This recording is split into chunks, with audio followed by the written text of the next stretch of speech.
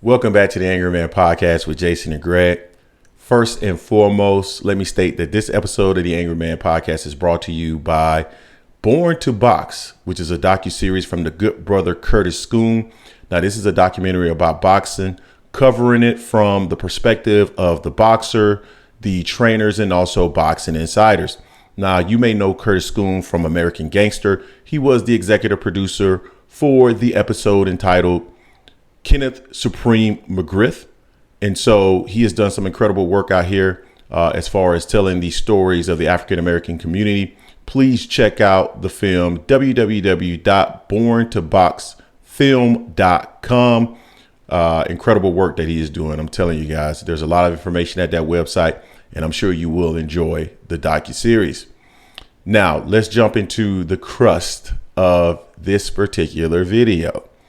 Now, we all know and we're expecting the highly anticipated rematch, highly anticipated, if you will, maybe highly anticipated for some, maybe not for others, but we're going to stick with highly anticipated rematch between Errol Spence and Terence Crawford. Now, originally, this rematch was supposed to take place in December of 2023. Now, prior to both gentlemen actually getting into the ring, they had already agreed upon what the rematch terms were going to be, because the initial negotiations took so long that they wanted to go ahead and iron out the details of an actual rematch moving forward. That way, the turnaround on the fight could be relatively quick. Well, it hasn't been very quick. Now, the rules associated with the rematch, according to what I understood, was that the winner got the opportunity to pick the weight class. The loser had the opportunity to enforce a rematch with the winner. We know that Errol Spence was the loser in this fight. Terence Crawford was the winner. Now, in the aftermath of the fight, there's been a number of things out there in regards to Errol Spence, none of which have come directly from his camp in regards to his ability to make the weight. And Terence Crawford also said that he struggled to make 147 pounds. And there was information out there that I'm pretty certain was true, because I know a couple of people who were on the ground that actually said that this actually occurred, and that Terence Crawford struggled to make the 147 pound division, or the limit for the fight, and that he had to weigh multiple times in order to make the fight or make the weight. So I thought it was going to be a foregone conclusion in terms of what weight class this fight was going to be contested at. Now, subsequent to the fight, we started to hear about Terence Crawford basically saying that he wanted to fight at 147 pounds and trying to use that as leverage for an opportunity to gain a larger share versus what was actually already agreed upon in the contract. Some people will want to argue that I've heard that to be true, and I've heard it from multiple sources. And so a lot of people have been disgruntled relative to Errol Spence and basically saying that they didn't want to make the fight, or they've been dragging their feet and making the fight. But in reality, a lot of this negotiation has occurred on behalf of Terence Crawford. It takes two to tango, and it's not just Errol, right? If Terence wanted this fight to already occur, it would have already occurred as well. So it's interesting because, you know, all this time we thought, or at least I thought rather, that they were negotiating the split or changing the split in order to have the fight at 154 pounds, but not so fast. So we just recently heard from Bomac in regards to an update on the fight. Bomac hasn't had the opportunity to talk a whole lot to Terence Crawford yet, because he hasn't necessarily been in the gym, taking some well-earned vacation, and just kind of relaxing and enjoying the fact that he has been so successful in 2023. So I want to play a quick clip that I got courtesy of Aki TV. I want to make sure that I say who I got it from. I'm not sure if this is their original content or not, but I am going to play this very quick audio clip from Bomac. Okay, well, so what weight class is this rematch going to be at? I think it might 47. I'm believing 47. Is it true that it's Crawford's decision will wait the yeah, he's the champion. Yeah, right. Of course. So Bomac is saying, he kind of stuttered a little bit. I believe, yeah, it's going to be at 47. Yeah, it'll be at 47. Which is interesting, right? And he then followed up and said that it's Terence Crawford's decision in terms of what weight class the fight actually is contested at. Now, we've already known that that was going to be the case in regards to Terence Crawford. We knew that he had the opportunity to pick 147 pounds.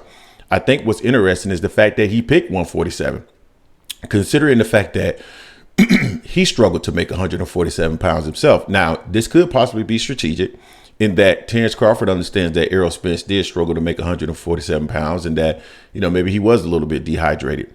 And maybe it affects Terence Crawford to some extent, but not to the same extent as Errol Spence, which, I mean, it's his right. I mean, it's his right to do so because at the end of the day, he is the A side.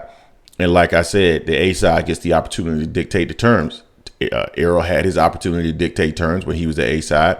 He didn't fully leverage his A side status as far as I'm concerned. And I think that came back to bite him. And now Terence is in the driver's seat and he gets the opportunity to do the same unless Errol wants to, acquiesce or capitulate in terms of the percentage split. I got to ask myself this. And I think if you're an Errol Spence fan, you may disagree with this or you may feel some kind of way about this. But I have to say this. I feel like Terence Crawford outmaneuvered Errol Spence in regards to this negotiation. He simply did. He leveraged that WBO title in order to get what he wanted or get close to what he wanted from Errol Spence. And that's Errol's fault because in my personal opinion, his team did not want to go down this path in terms of allowing him to acquiesce, capitulate so much in order to make this fight. And Errol wanted to become undisputed so bad that he went ahead and went along with it anyway. Now, can I necessarily begrudge Errol? No, I can't necessarily begrudge him because he gave us the fight that we all wanted. Fight fans wanted to see this fight. However, he did put himself in a compromising position in terms of the rematch as well as the weight class, right? Well, somewhat the weight class, considering that, he was going to have to fight at 147 pounds in order to become undisputed. But he definitely disadvantaged himself in regards to this particular fight. Now, the thing that I have to do, I have to ask myself, and you guys know, man, I like Errol. Errol's our guy on this channel. And a lot of people think we don't like Terence Crawford, but that's not true. I like Terence too. But at the end of the day, when you think about Errol, at what point does Errol Spence decide that he's going to walk away from this fight? How many times are you going to go down the same path where you're allowing somebody who I would still argue if at best he's just on your level in terms of putting asses in seats at this moment because of the opportunity that you afforded him to fight for the undisputed 147-pound title? When are you going to just say, you know what, the juice isn't worth the squeeze? I'm not going to continue to go down this path with Terence Crawford.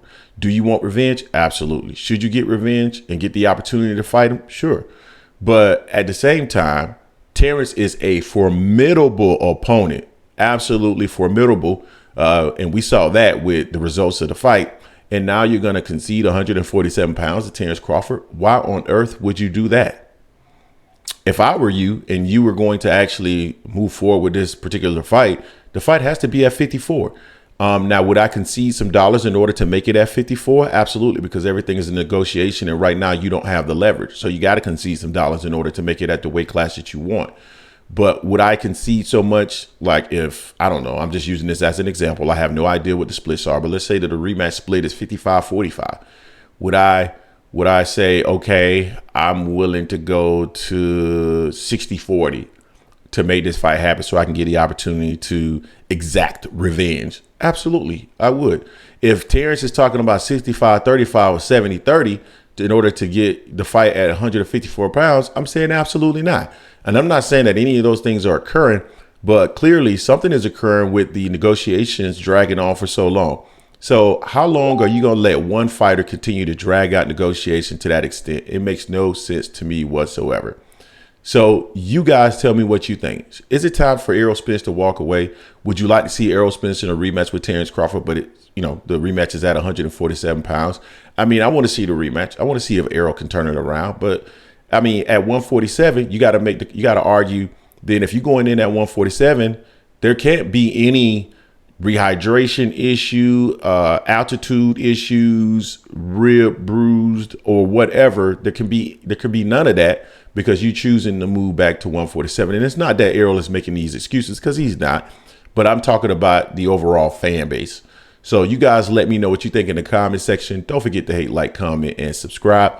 This is the Angry Man Podcast, L Sports Media, and I am